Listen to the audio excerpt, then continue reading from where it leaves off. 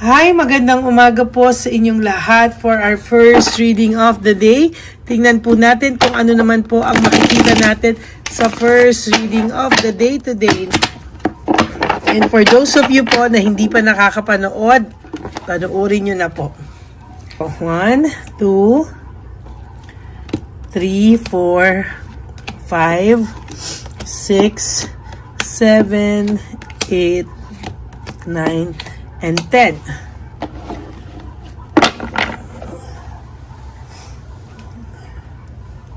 Saglit lang po, isasara ko lang ito.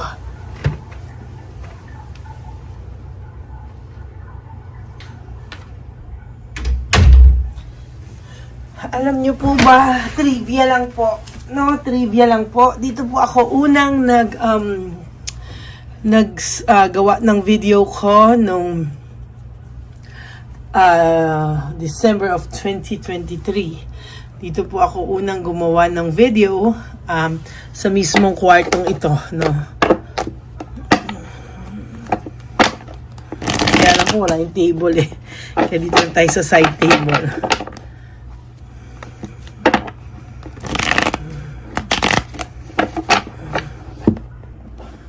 Okay.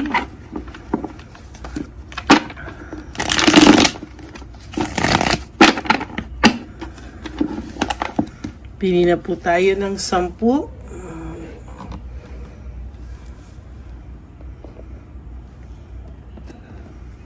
1,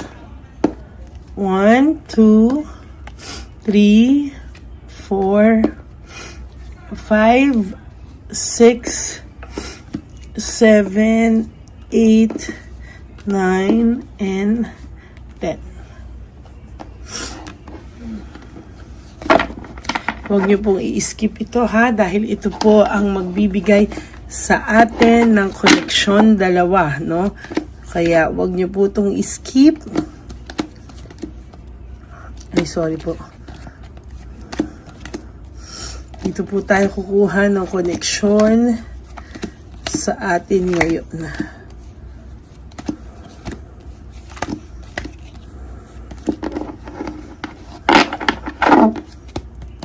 Okay. For your first card, this is all about finding peace and moving on.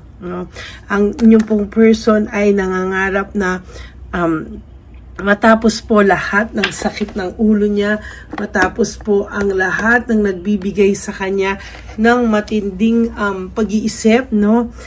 Yung guilt feeling niya po kasi kumigising po ito araw-araw na mabigat ang kanyang pakiramdam. At mas mahirap po yung nagpre-pretend ka na ikaw ay okay, but the truth is you are really not okay, no? Hindi po siya okay, no? Naghahanap po siya ng gusto niya pong makamove on, pero hindi po nawawala yung bigat sa kanyang pakiramdam, no? Talaga pong sabi niya nagkamali daw po siya, poor judgment. Nagkamali, the moon in reverse, no? Nagkamali daw po siya sa paghusga sa iyo. Nagkamali daw po siya sa mga ibinintang niya sa iyo. Nagkamali daw po siya sa lahat ng mga nabitawan niyang salita sa iyo. At lahat po yan ay bumabalik-balik po sa kanya, no? There is this forgiveness and recovery. Ito pong taong to ay gusto niya sanang humingi ng kapatawaran para siya po ay makarecover, but wala po siyang lakas ng loob, no? Talagang siya po ay nakakaramdam ng matinding pagkaduwag or matinding hindi niya po mailabas kung ano po yung kanyang nararamdaman, at talaga pong siya po ay hirap na hirap sa kanyang nararamdaman ngayon, no? Meron din pong pagseselos dito, no? Ang tao pong nakuha nito o ang tao pong ipinalit niya sa iyo ay masyado pong selosa, no? At araw-araw po, sinasabi ko nga po sa iyo, araw-araw ka po nilang pinag-aawayan at araw-araw hindi ka po nawawala sa buhay nilang dalawa, no? For some of you na may third party pa po na hanggang ngayon ay sila pa din, ito po yung nangyayari, no? Araw-araw po silang nag-aaway at araw-araw po niya lang binibigyan ng sakit ng ulo ang isa't isa. Ang nagpaparusa po sa kanya ay ang kanyang excess pride, no? Pinapunish po siya ng kanyang excess pride. Talaga pong sa totoo lang ay hirap na hirap po siya ngayon dahil po sa kanyang pride hindi niya po malunok, no? Hindi niya po malunok at sa nakikita ko po sa kanya talaga ay patuloy po siyang magkakaroon ng punishment sa mga susunod na araw sa buhay niya, no? Hindi po ito matatahimik, no? At talagang makakaramdam po ito ng excess pride sa totoo lang. There is this loss and separation, no? Yung paghihiwalay niyo po ay may separation, yung separation niyo po is nakaramdam siya ng sobrang emptiness nung kayo ay naghiwalay. Hindi niya lang po yan maamin sa sarili niya because this person is really coward, duwag, no? Masyado po kasing pride ito at sobra po yung tingin niya sa sarili niya. Hindi po siya marunong mag-sorry, kaya po ayan po ang nangyari sa kanya, no? Patuloy po siyang makakaramdam ng bigat ng loob sa inyong paghihiwalay hanggang hindi po ito humihingi talaga ng tawad sa iyo. Hindi ka po nakakatulog, no? Or minsan hindi ka po pinapatulog nitong taong to dahil kakaisip niya po sa iyo, no? High level of scrutiny, no? Grabe po ang mga kamalasang nangyayari sa taong ito ngayon at talagang hindi po siya nakakaranas ng kahit na konting peace of mind. Actually, yun lang po ang hiling niya, no? Magkaroon na po siya ng peace of mind. Dahil sa totoo lang po, ang taong ito ngayon ay nakakaramdam ng matinding dagok sa kanyang buhay, no? So nakikita ko po talagang high level Ibig sabihin talaga pong sobra-sobra, no? Kaya po siya nakakaramdam ng too much anxiety and trauma, no? Parang pinaparamdam niya pa po sa'yo na siya pa po yung na-trauma, na anxiety sa mga nangyayari sa inyo. Kaya po minsan pakiramdam niya, ano ba ang nangyari? Ano ba ang ginawa niya sa'yo? Bakit daw siya nakakaramdam ng ganito? No? Sa iba naman daw, hindi siya nakakaramdam ng ganito. Pero sa'yo lang daw, bakit daw palagi ka pa rin pumapasok sa isipan nito? At talagang kahit ipakita niya pong masaya siya, ay hindi totoo. Ayan, no? Exhausted and fatigued, no? Talagang medyo siya ay merong talagang hirap to na umamin sa iyo na kasalanan niya, kaya nagkukos ng fatigue sa kanya, ng stress sa kanya at exhausted to sa araw-araw. Paggising niya pa lang ay mabigat na agad ang pakiramdam niya, no? Ayan, no? Tama, excess pride, no? Talagang pinapunish talaga siya, pareho po talaga na ayan, Six of Wands, no? Talagang pinapunish po ito at sinasabi ko nga sa iyo hanggang hindi ito tumaamin ng kanyang kasalanan sa iyo, hanggang hindi ito umaamin, hindi ito nagsusorry, dala-dala niya po yan hanggang mataas po ang pride niyan. Sinasabi ko sa inyo, hindi po yan titigil at makakaramdam pa rin po siya sa mga susunod na araw ng pagkabagabag. Hindi po siya tatantanan at talagang sa hindi po sa kanyang pagtantan, hindi po siya tinatantanan at araw-araw po siyang nakakaramdam ng ganyan. Kaya po siya ay exhausted sa kanyang buhay. Nakakaramdam po siya ng hatred, no, sa sarili niya, hatred sa sitwasyon, pero sa iyo niya lang po biniblame. Ikaw lang po ang kanyang sinisisi dahil nga parang ang pakiramdam niya talagang hilong-hilo daw po siya sa mga nangyayari, turn of events sa buhay niya, no? Akala niya magiging masaya siya, but kabaliktaran po ang nangyari. There is this separation, family problems, and delayed success, no? Nag-create siya ng problema sa inyo, kaya ngayon ay may hinaharap siyang relationship problems, delayed success, lahat na lang po, talagang hindi niya po yan matatantanan, hindi niya po makuha yung same support na nakuha niya sa iyo dati, at hanggang ngayon siya po ay binabalikan ng tadhana dito, no? As a matter of fact, itong taong to ay pagod na pagod sa kanyang sitwasyon. Nagpapanik po siya, slow down, waiting, nagpapanik po siya na magparamdam ka. Kung hindi ka man po naparamdam, siya po ay nagpapanik, no, na talagang itong taong to daw, ikaw daw po ay slowly nag-move on na sa buhay niya at talaga raw bang kinakalimutan mo siya. Pero po, ang isa lang po ang sasabihin ko sa inyo, para po siyang hindi naniniwala na ikaw ay kaya mong mabuhay nang wala siya. Masyado pong malaki ang tingin nito sa kanyang sarili, kaya ganyan po, no? Siya po ang nagbiktima sa sarili niya or nag-self-victimization, entrapment. Siya po ang nag-trap sa sarili niya, kaya po nangyari ang mga bagay na ito sa kanya. No, siya rin po ang gumawa niyan sa sarili niya. Ay, ayan, no? Burnout, overstress, no? Talagang burnout and overstress tong taong to.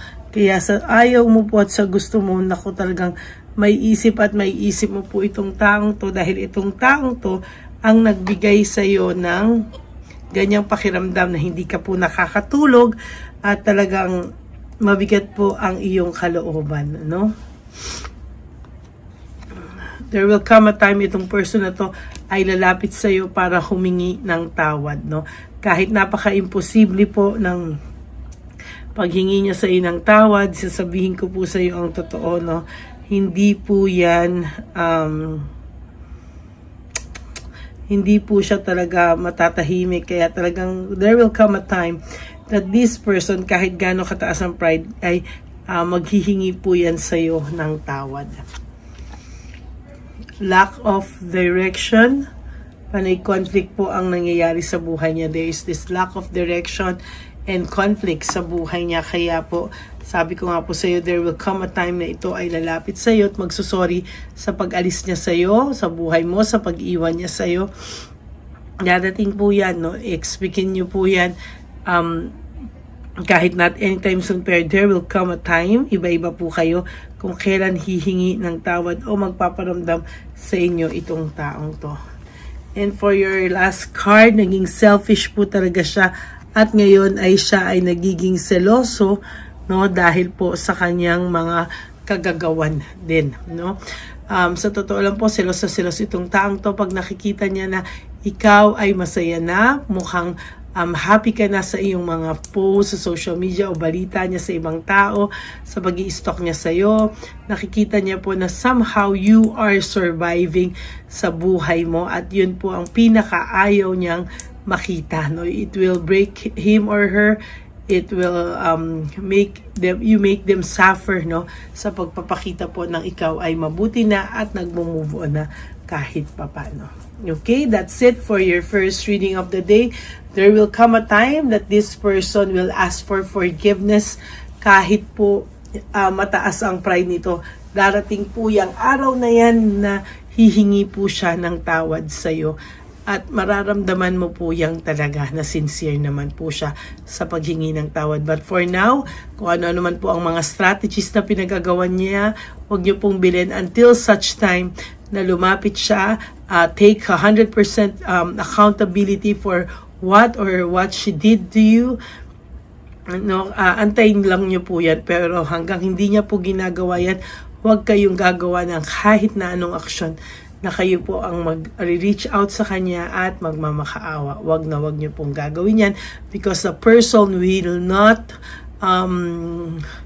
give importance po sa value and worth mo. Okay? So yan po ang ating first reading of the day. I hope na naka-resonate po kayo, and if you do, can you please give me a like and comment down below para naman po alam ko ang inyong mga nasa saloobin. And for those of you who would like to have a private reading with me, you can message me po at Ladyly Elena, that's Ladyly Elena. Nasa dulo po yan ng ating video. Diyan nyo lang po ako pwedeng makontak. That's my only official and legit FB account. Yan. Maraming salamat po lahat sa inyo. And para po naman doon sa ating fake na Lady Elena, ay nandyan po ang kanyang FB account at Messenger account. Bago po ang aking official and legit na FB and Messenger account, ay nilabas ko rin po yan para aware po kayo, no? Aware po kayo na kayo po ay mapupunta sa maling channel, may scam at mahahack po kayo pag kayo po ay napunta sa fake account ng Lady Elena. Yun, maraming salamat po sa inyong lahat. And sa aking mga ever loyal, solid, and faithful na Lady Elena family, I love you all from the bottom of my heart. Mahal na mahal ko po kayong lahat. At kahit nasang lupalo po ako ng daigdig, ako po ay magbibigay pa rin po sa inyo ng reading of the day. No, pasensya na po kayo sa aking boses, no, kahit papaano nga po naka-recover na po yan sa lagay na yan. Okay, and sabi ko nga po sa inyo, live your life one day at a time. Do 3 things that will make you happy for today. Prioritize yourself, love yourself, because self-love is still the best love of all. And be grateful every day for the chance na nagigising tayo na pwede nating baguhin ang ating mga buhay. Yan. Maraming salamat po sa inyong lahat. And so all my sabi ko nga po sa inyo, to all my Lady Elena family, you have to realize that life is too short. Don't make it shorter by stressing yourself from all the pains and heartaches na binigay sa inyo ng kahapon. Just surrender everything to the divine universe and just let go and let God write your life and love story. I will be back po for another set of reading. Wag na wag po kayong mag-alala. Ako po ay babalik for our second reading of the day. Sabi ko nga po, ako po ay magbabalik for our another set of reading for our second reading of the day. God bless you all and I love you all from the bottom of my heart. Bye!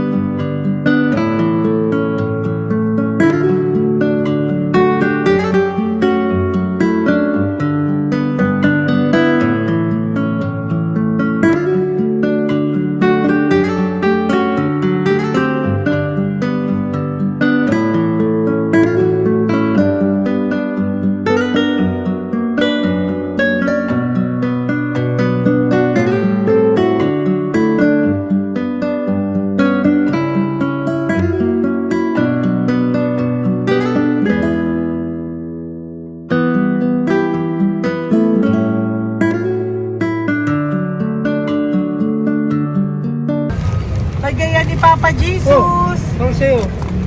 Ano? Go ahead. Pera. Wala na, that's it? Ito po, pera. Ito pa pera, oh. Bigayan ni Papa Jesus. Kain mo yan, ha? Jesus yan, bigay. Wala ka ng pera dyan, ha? Okay lang kami, okay lang kami. Para sa iyo yan, para Wait sa iyo. naman yan ang isip niya. Pagkain mo yan, ha? Saan ka pa? Bye-bye! Yung pagkain mo kunin. Nga po ito. Bakit? Lagay mo lang po dito. Pati po. Taga po, may bibigay lang po kami sa'yo. Bigay po ni Papa Jesus. Yan, para po sa'yo yan. Ingat po.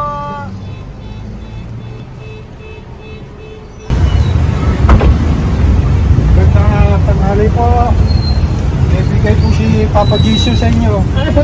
Salamat po. Salamat po. Ito po. Salamat po. Sige siya po kayo sa Ampaw. Thank you po. God bless po, nanay. Apo, apo, apo. Pangalaman po. God bless.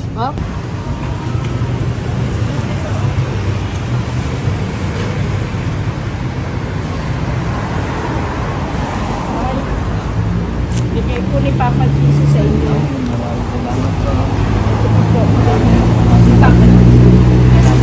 Salamat. God bless po. Kuya, pangkain mo po yan, ha? Kain ka ba nandyan? Po, hindi po. Dito po, nanatimbahan po. Ah! Sa music ministry. Doon ka nakapwesto. Opo. Sige po, Sige po, bye-bye labay po. God bless po. Ingat.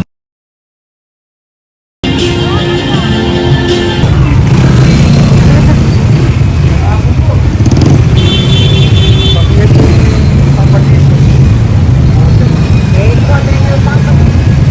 Thank you po, bye po. Meron pa eh. Yo, bigay po ni Papa Jesus. Salamat po. Yun.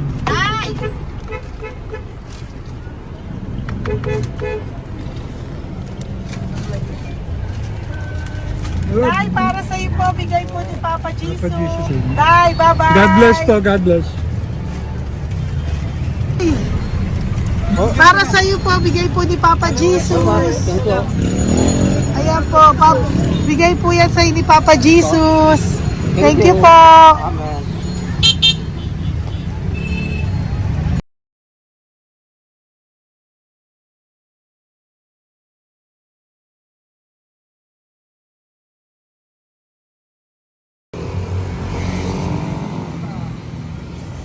Bigay ni Papa Jesus. Kaya pagkain ato ko, ha? Madami mong aso, kuya. Alaga mo lahat yan? O, nagkait. Hindi, sa isya na sa iba. Kalagala. Ay, talaga? Salamat po. Kalagala ko. E, paano pagkain yan, kuya? Saan mo kinukuha? Sa tambay ko. Lahat. Ang dami. Ang dami niya pong aso.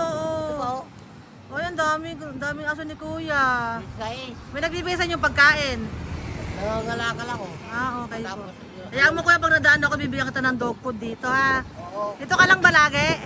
Dito ako nagtutulog. Okay po, sige. Okay po. Marami din akong aso sa bahay, eh. Salamat po. Okay po. Isa. Kuya, pangkain mo yan, kuya.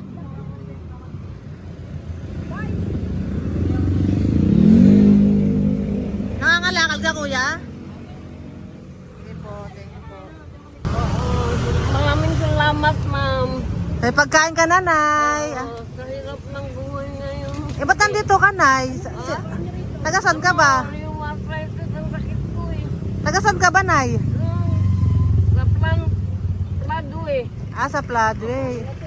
Oo. Okay po.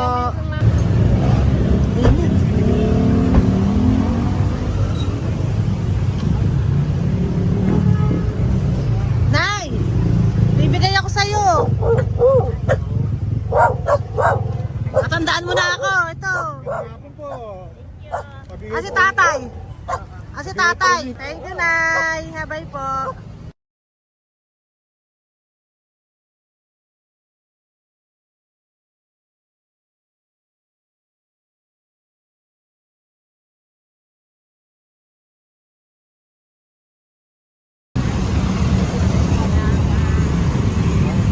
God bless, Tay. Thank you po. Pabigay po. Ay, bigay po ni Papa Jesus. Salamat po. Bigay po ni Papa Salamat Jesus. po, Ito ate. po, oh. Salamat po. Bigay po ni Papa Jesus. Ito pa po. Salamat po, tay. Salamat po, tita. Bye-bye po. Maraming po salamat. Kayo, ate. Opo, ingat po kayo. Taga saan po kayo? Taga Tayabas, Quezon po kami. Mga aita po kami sa Quezon, mga katutubo. Sige, ingat po. God bless.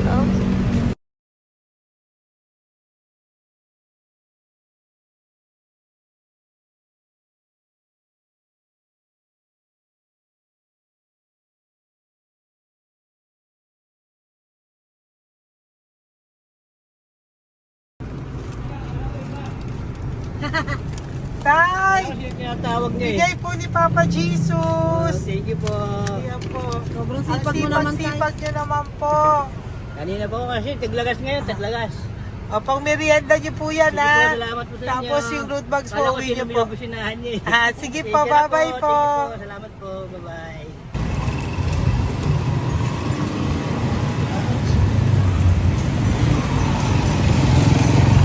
Brother, basta, mabigay ni Papa Jesus sa'yo. Ang kaya mo yan. Ba't hindi ka makatayo? Na ano ka?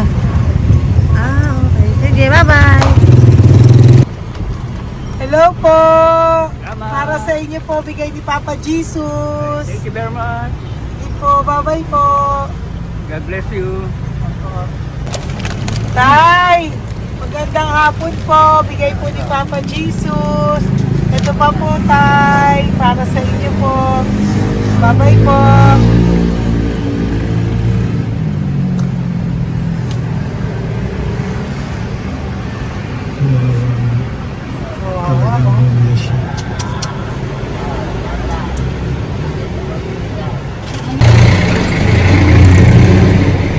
Ate. Tingnan lang. Baka maano siya. Ito po, bigay po sa'yo ni Papa Jesus. Ito pa po, pera po. God bless po. Okay. Taga saan ka po? Sige, ingat ka po, Hello po, magandang hapon po. Ano po? Bigay po sa'yo ni Papa Jesus. Thank you, madam. Tsaka ito pa po, para po sa'yo. Salamat. Thank you po, ingat po. Thank you, ma'am. Sige po. Salamat. Akala ko, ma'am, bibili. Ay, hindi po, para sa'yo po yan. Bye-bye Thank you, po. ma'am.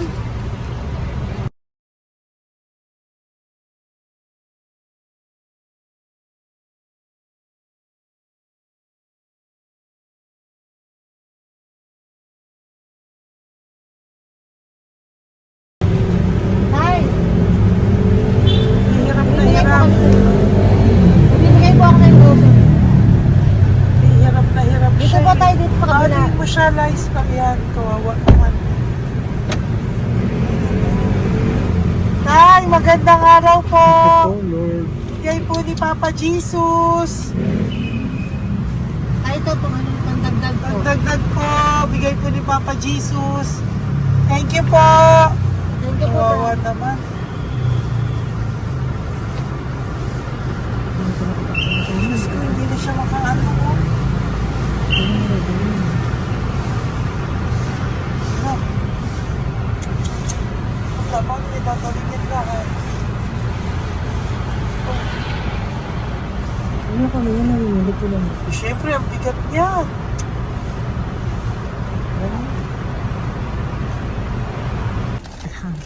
Kaya, bigay sa'yo ni Papa Jesus. Thank you po, ma'am. Ay, yung palinis po, ma'am. Hindi na po, okay na Thank you po. po. Ito po. Thank you ma'am. po. Thank you, sir.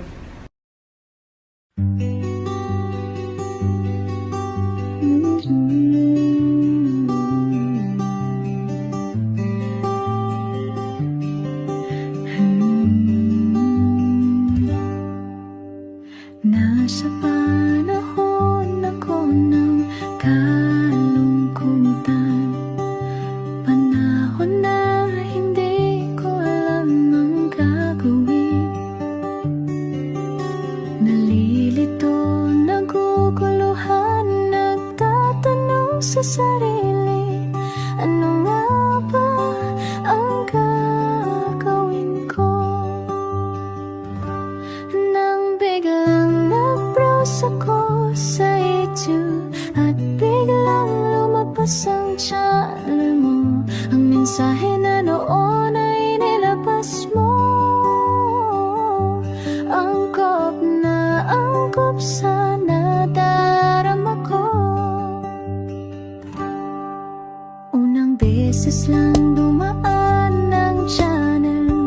sa browser ko. Hindi ako nagdalawang isip na hanapin ang Facebook account mo at mag-message sa'yo. Agad ka naman sumagot sa mensahe ko. Hindi ko alam ang damdamin noon, dahil parang may sumungaw sa aking pag-asa. Nang kaliwanagan sa dilim ng gabi, dumating ka, ikaw ang sagot sa panalangin. Salamat dumating ka at nakilala kita, Madam Elena. Nabago mo ang pananaw ko. Noon ay malabo, ngunit ngayon ay may linaw na tinatahak. Salamat sa Diyos, ikaw isang anghel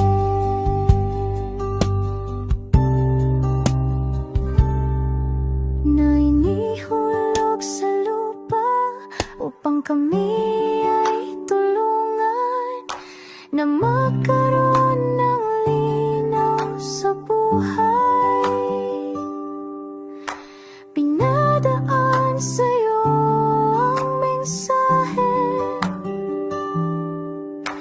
na nais iparating ng ating lumikha. Salamat sa buhay mo at sa pagdating sa buhay ko.